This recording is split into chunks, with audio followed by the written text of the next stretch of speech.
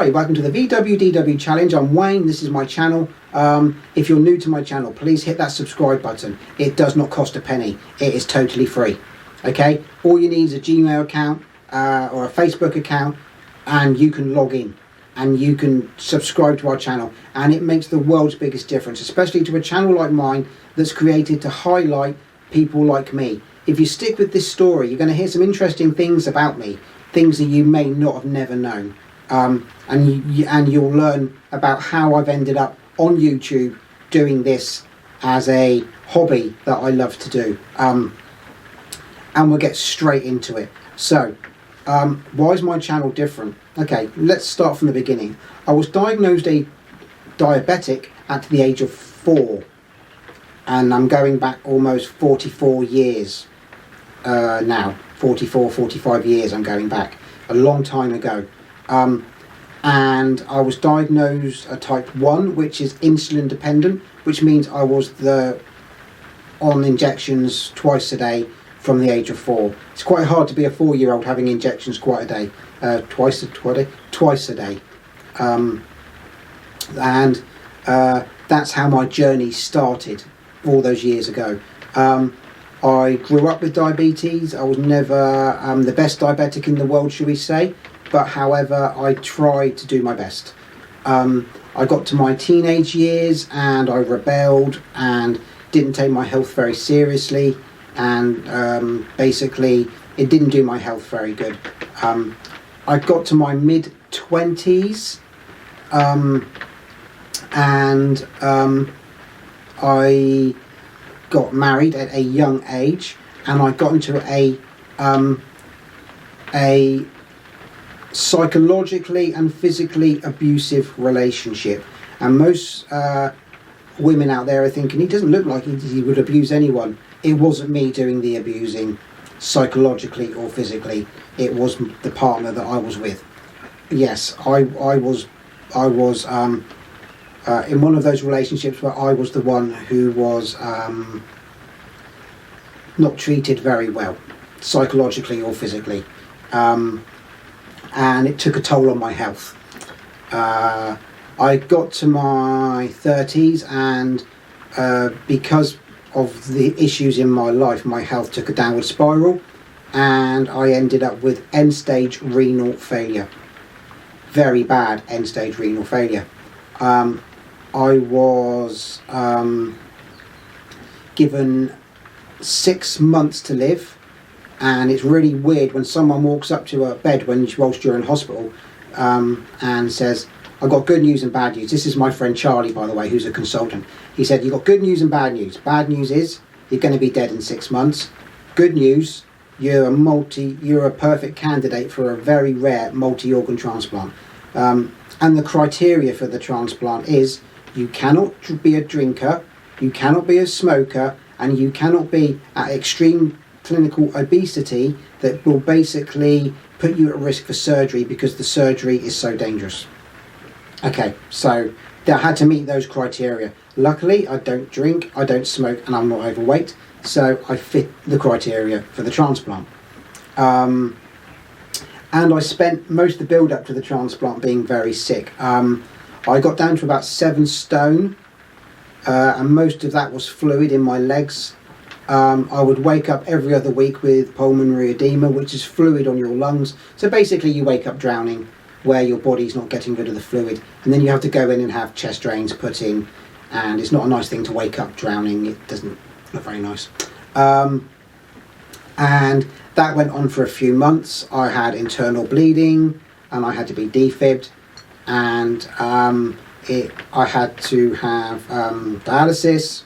And some of the things, so I'm having my cup of tea here, and if you look at my arms here, there we go, you'll see, and I don't know whether you'll get to see them here on the camera, because it's going to really go, my camera goes blurry when I go in and out. I don't know whether you'll get to see them there. These are my dialysis scars, and they go all the way down there and all the way down there. It's big, and they put a big vein into your arm where they can put the dialysis needles into when you're sat down in a chair for 4 hours, and that's how they filter your blood, because all my kidneys weren't working, so they filter the blood and it gets put back into it's clean, and then 48 hours you have to go back again. But then the needles are the size of knitting needles that go in, so they chaff somewhat. So you have to be the work up to the transplant is worse than the transplant itself, just to make you aware of that one. I then had a call one day, and luckily for me I was actually listening to the phone, because my partner at that time actually almost put the phone down on the transplant coordinator, and I almost missed my transplant.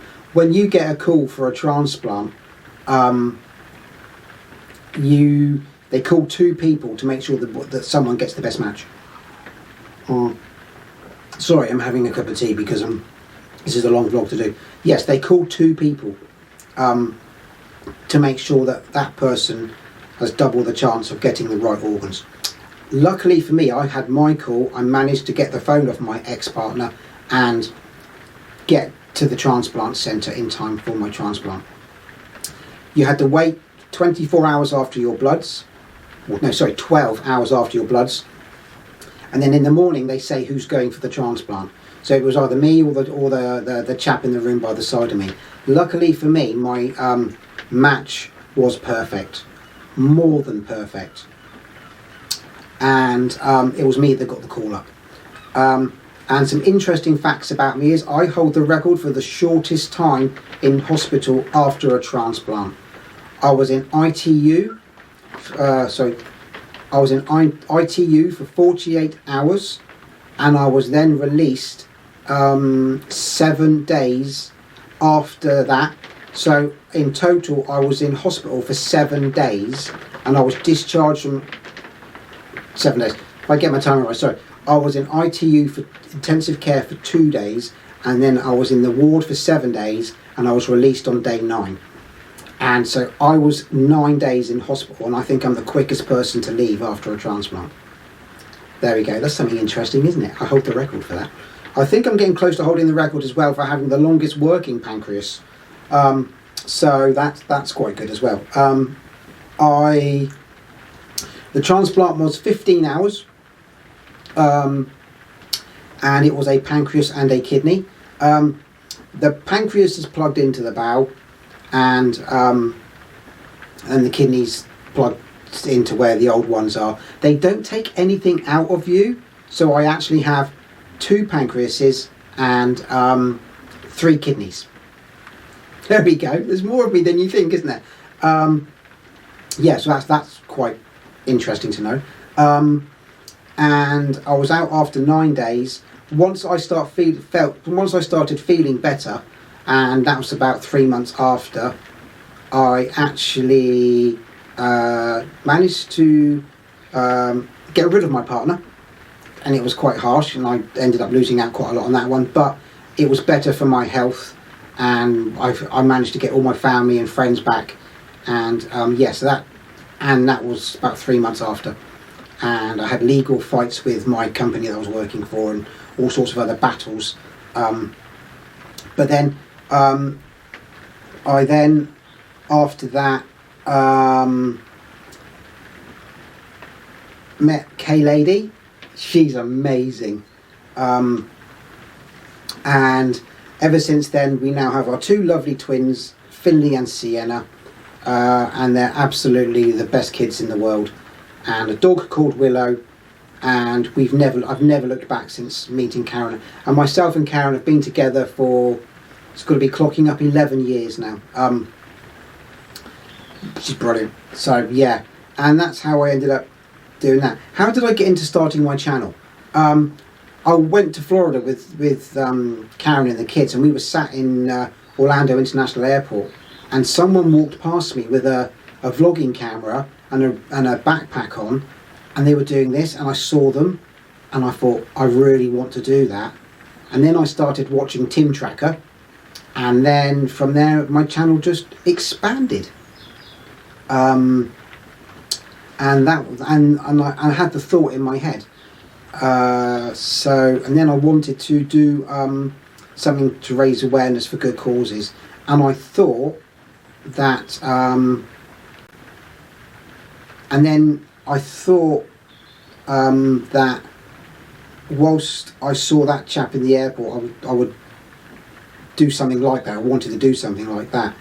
And then that's how I got the bug to go over it and do it. And I thought, well, I might as well put the fact that my diabetes had caused issues with my eyes, issues with my legs, and other issues. And with Finley's autism, I thought I've got a wealth of knowledge, and I'm going to answer these questions and tell you why in a minute as well.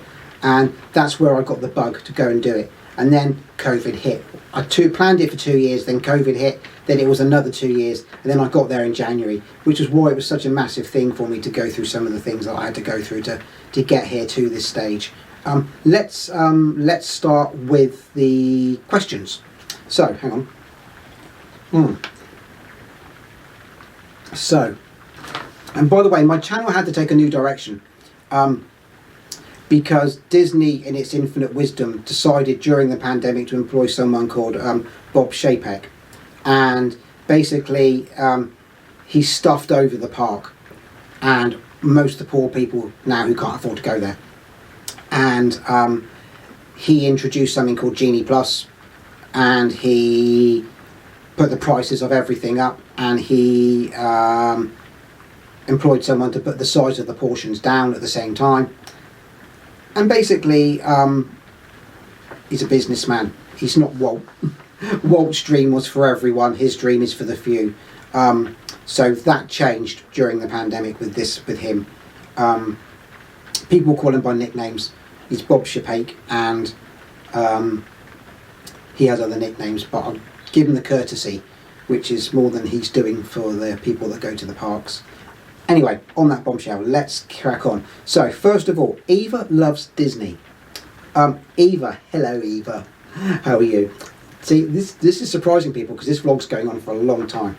So, I was poorly last week, so she says, hello Wayne, glad you're feeling better. Yes, I am feeling a lot better. One of the side effects of my anti-rejection drugs is that when you get poorly, you do get poorly, okay? You do get poorly on my drugs, I'll go into that in a second. Let's answer the question. So Eva loves Disney, okay? Do you have to do something different or extra precautions when in public places like Disney? Yes, I do. You saw by my previous vlogs when I was in the park, I didn't get close to rope drop. Stayed away from rope drop. When things got too busy, like the Indiana Jones stunt show, I had to leave. Disney were brilliant. They fixed it. They stuck me on my own and I could watch it. Yes, crowded places. That's why you saw that I didn't like the buses in Disney. It's not safe for people like me. But obviously, Disney's become about the bottom line more than anything else. So the more people they can get onto those buses. But I think I've now also found alternatives to that as well. So we'll go into that maybe when I get back to the parks. What organ transplant have you received? Yes, as I told everyone just a second ago, I had a kidney and a pancreatic transplant, and that was due to end-stage renal failure caused by diabetes. And as you all know, I was very, very poorly, and the odds of me being here are like a gazillion to one that I would survive, and I did, which is why my channel is different to other YouTubers. Can you live a long, regular, healthy life after your transplant? Eva, I hope so. And I'm doing everything within my power, including, I don't drink. I did have some with Mark when I went to Disney Springs. But in all fairness, for someone like me who's absolutely doesn't drink anything at all, every now and again, a little treat won't hurt me. When I say every now and again, I mean the only normally time I drink is Christmas Day.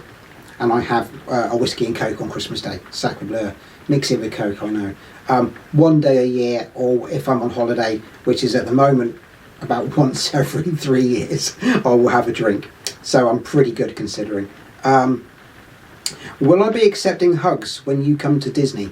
I would love hugs when I come to Disney. I'm a huggy person. I love hugs. And providing you've not had COVID or you don't have any symptoms of COVID, feel free to hug me. Okay, lady. All my children, because we'll all be there. So yes, Eva loves Disney. Thank you for that. Some really good questions. Laura. Laura's lovely. She's a lovely girl. Laura has her own struggles in life, like me, but she's a really lovely person, and I have a lot of time and a lot of respect for Laura. And Laura will understand my backdrop. It's a personal joke between myself and Laura. So let's read out Laura. Number one, she didn't realise I make those Disney Mickeys myself. I think people were dropping hints about the gold Mickeys, that they want them, but I'm having to stick to the rules bar one person. One person will be getting one in the United Kingdom. One. And that little boy, I think he deserves it. Right, okay. Can you be an organ or blood donor to an organ recipient? No, you can't. Once you have a blood transfusion, you can never give blood.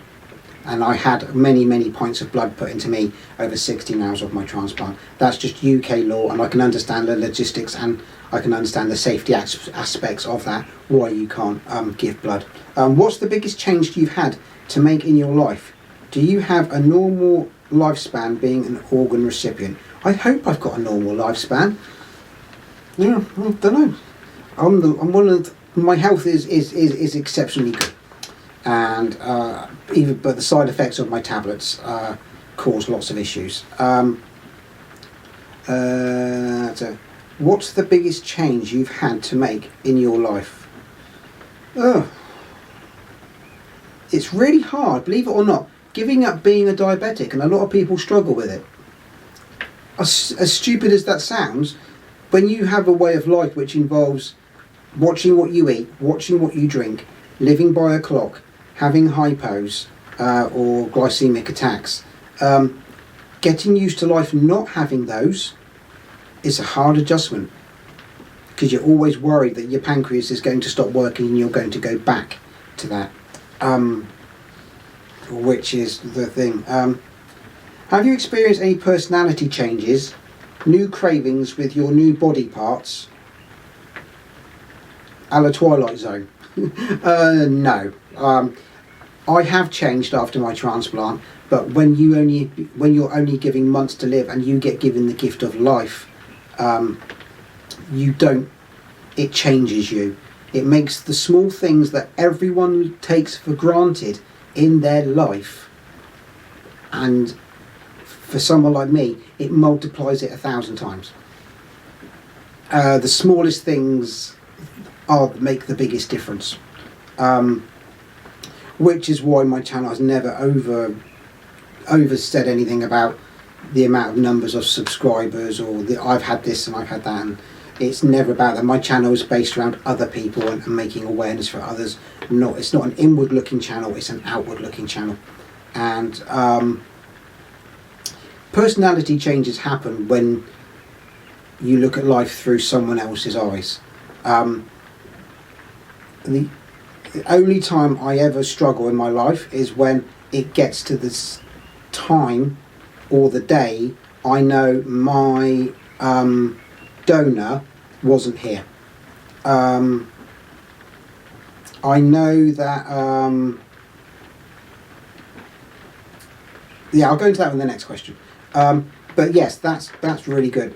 Captivating cartooning. He's really nice, and he's a brilliant Disney artist. What was my GFR A1C prior to receiving a kidney transplant? We do something CKF, chronic kidney failure, stage 3B. You guys look at it different in America than what we look under here. We have stage 1, 2, 3 and 4. You get to stage 4 and it's end stage renal failure. I was end stage, I was number 4, I was the worst it could be, which is why I have those fistulas and scars on my arms. Yeah, I was very, very poorly. David, he's a chap I know. The next question is David.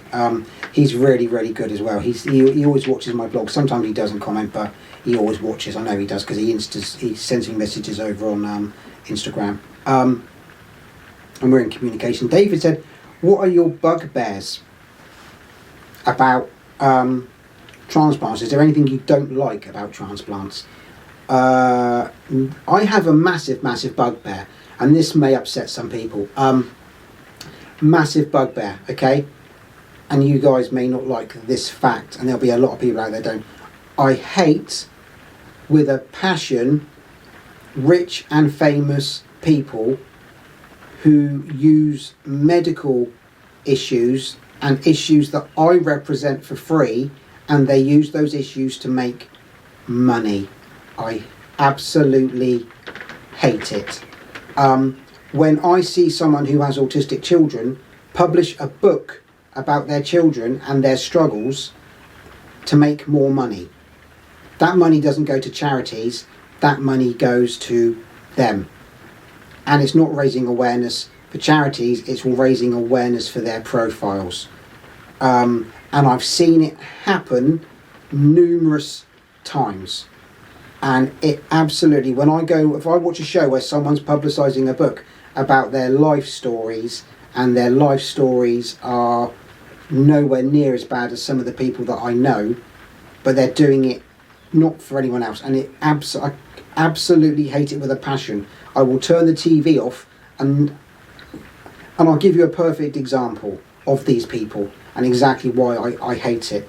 A year and a half ago, I walked into work, and I do work for the NHS on the front line, and a lady passed out on the road in front of me, and someone walked past her.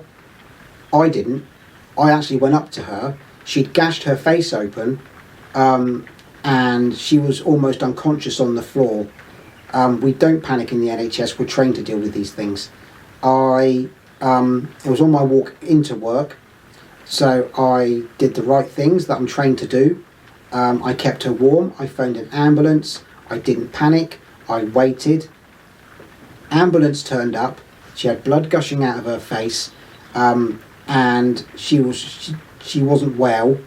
And I handed over to the paramedics. I then walked into work, and I made it into work, and I didn't make a fuss over that. I just got on with my normal day. For me, that was a normal day. If you're rich and you're famous and you do that, you get your face plastered over the news channels, magazines, and if you're really lucky, you'll get an OBE, if you're really lucky, for doing not accomplishing much or making changes. In fact, you can get an OBE for making things worse in your life, and these people are making money out of it by selling their stories. I don't. I choose not to, and it just makes me very not nice, and I disagree with that. So that's my bugbear. Happy travel vlogs. Hi Anna, how you doing? Happy travel vlogs. Got some good questions here, Anna. Can you share your full story? Yeah, I mean, it's such a long one. This is going to be like a 40-minute vlog, so it's going to go on forever. Have you met the family members of your donor? No, I haven't. However, this is the bit that you may find interesting. I know that my donor had children. I know he had 2 children. I know it was a man. I know he was a keen motorcyclist and a very fit athlete, and I know he was the most perfect match you have ever seen for an organ transplantation. I had my transplant just before Christmas, and I was out and back and spent Christmas on my own. I didn't want to write a letter straight away, so I wrote a letter the following year, halfway through the year, not at Christmas. Who wants to receive that letter to say thank you, sorry your dad passed away? Yeah, and so I did it just before, and I sent the letter off in the summer before it got to the Christmas. I didn't want to upset anyone, and I never heard anything back. But the question is, what would you write in a letter? How do you say thank you for the gift of life? Because I would not be here now. And remember, organ donation is now mandatory in the UK unless you opt out.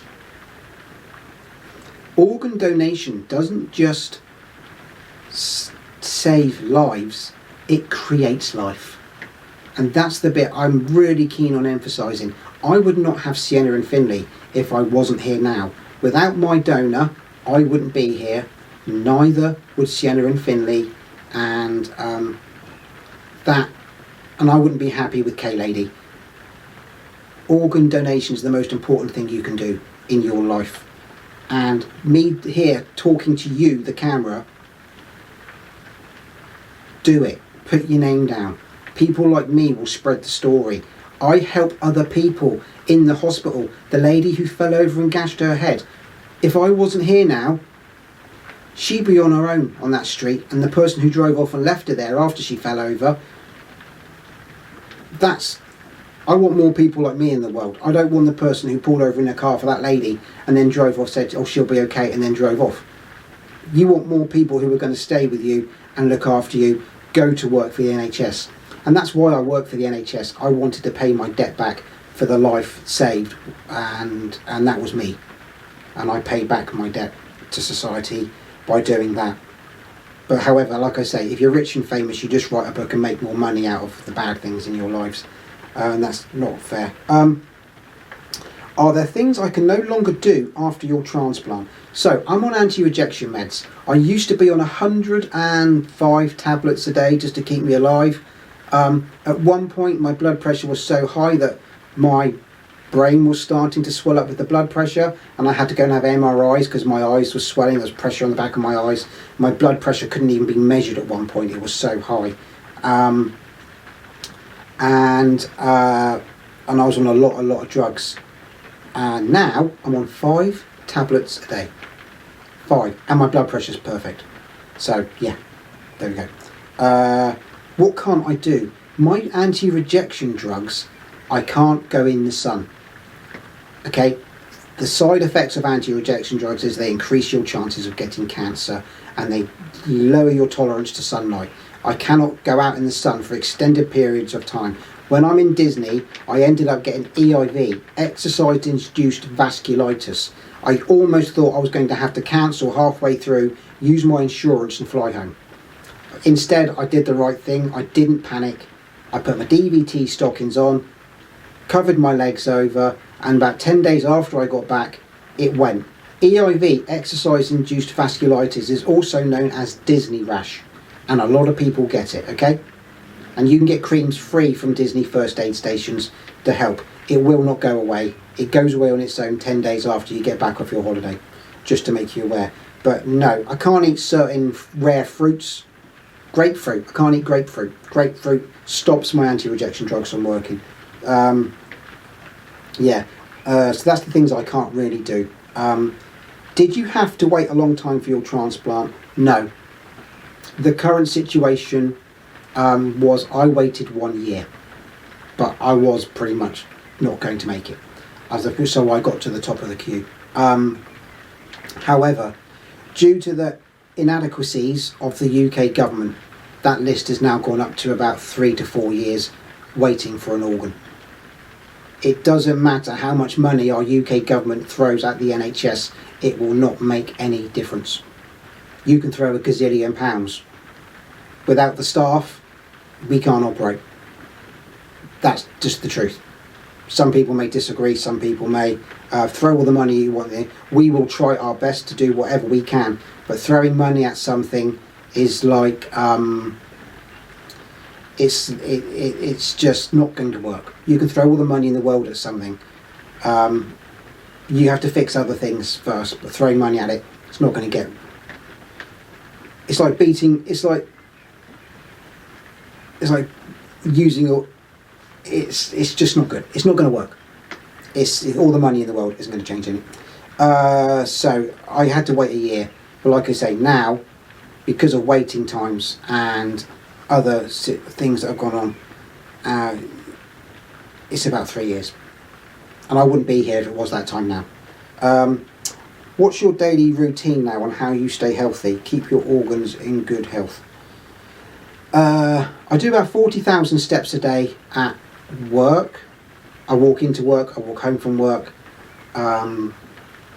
I haven't really changed much of healthy. I'm so lucky. I'm so lucky. I eat what I want. I drink what I want. Drinking plenty is good. You don't have to not drink. Yeah, I haven't really had to change my life. Well, everything got cured and fixed. Drinking plenty, staying out the sun. That's the trick. And you see the marks on my face as well. A lot of them are caused by my anti-rejection meds because they doesn't like the sun whatsoever. So yeah, good questions, Anna. 2 broke mice. Melinda and Chris, can't wait to see you guys. I don't know why you had your transplant, but could it be hereditary for your kids? No. Diabetes is in my family, but it skips generations. So the chances are my children won't have it, well, our children won't get it, but the chances are their children may. It skips a generation. So yes.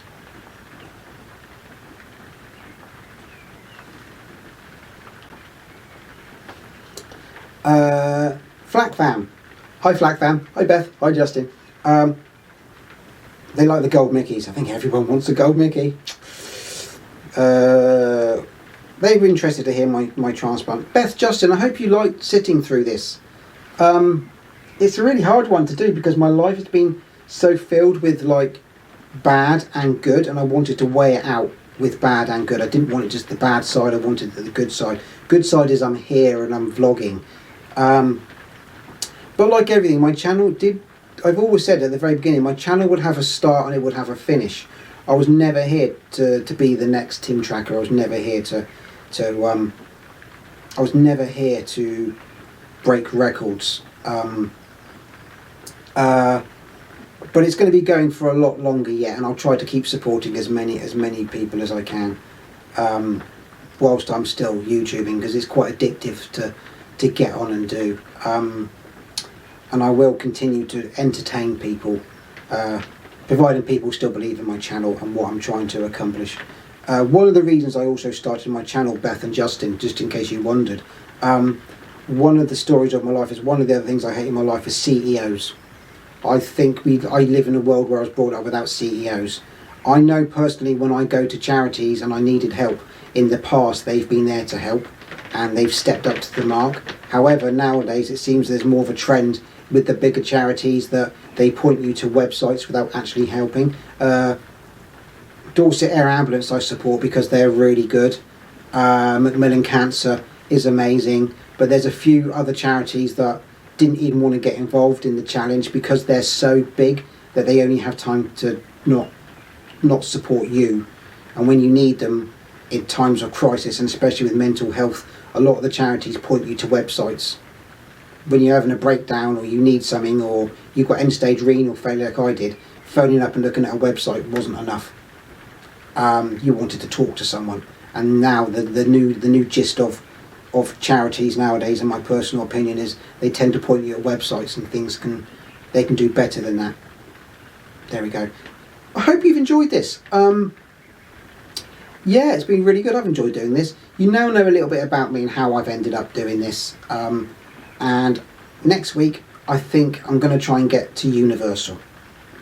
And you're going to get to see me at Universal doing what I do at Universal, highlighting their system of DAS. You won't be surprised.